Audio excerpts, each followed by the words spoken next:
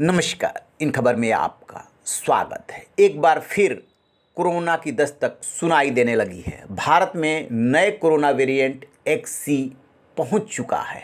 महाराष्ट्र की राजधानी मुंबई में बुधवार को XE वेरिएंट का पहला मामला सामने आया है। WHO कह रहा है कि ये दो स्ट्रेन्स BA.1 और BA.2 जो कि ओमिक्रॉन के हैं उससे मिलकर के बना है और शुरुआती रिसर्च में ये भी बात सामने आई है कि ओमिक्रॉन की तुलना में 10% अधिक संक्रामक है। इसका पहला केस 19 जनवरी को यूके में मिला था और इसके अलावा थाईलैंड और न्यूजीलैंड में भी XE वेरिएंट का पता चला है। ज़्यादा इसके बारे में अभी जानकारी नहीं मिल पा रही है, डेटा जुटाया जा रहा है, लिहाजा सावधान रहने की ज़रूरत है। इस XE वेरिएंट को लेकर के BMC और केंद्रीय स्वास्थ्य मंत्रालय आमने सामने हैं। BMC ने 50 वर्षीय एक महिला में इस वेरिएंट के लक्षण दिखने का दावा किया था और ये कहा था कि ये महिला दोनों वैक्सीन की खुराक ली हुई थी, इसके बावजूद इसमें लक्षण दिख रहे हैं। नए संस्करण की पुष्टि के लिए नमूना आगे के विश्लेषण के लिए national institute of biomedical genomics भेजा गया। BMC के दावे के बाद केंद्रीय स्वास्थ्य मंत्रालय अलर्ट हुआ और स्वास्थ्य मंत्रालय के सूत्रों ने कहा कि नमूने में XE वेरिएंट की मौजूदगी नहीं पाई गई है। इस तरीके से XE वेरिएंट को लेकर के BMC और केंद्रीय स्वास्थ्य मंत्रालय आमने सामने है।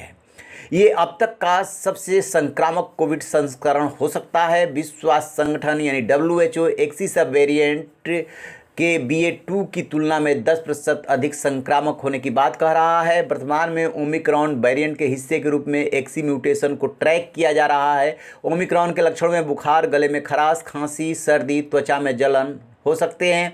19 जनवरी को इसका पहला केस मिला था यूके में और यूके का स्वास्थ्य निकाय जो अध्ययन कर रहा है उसके मुताबिक BA.1 से ये निकला है। वहीं XF डेल्टा और BA.1 का यह पुनः संयोजन संस्करण है।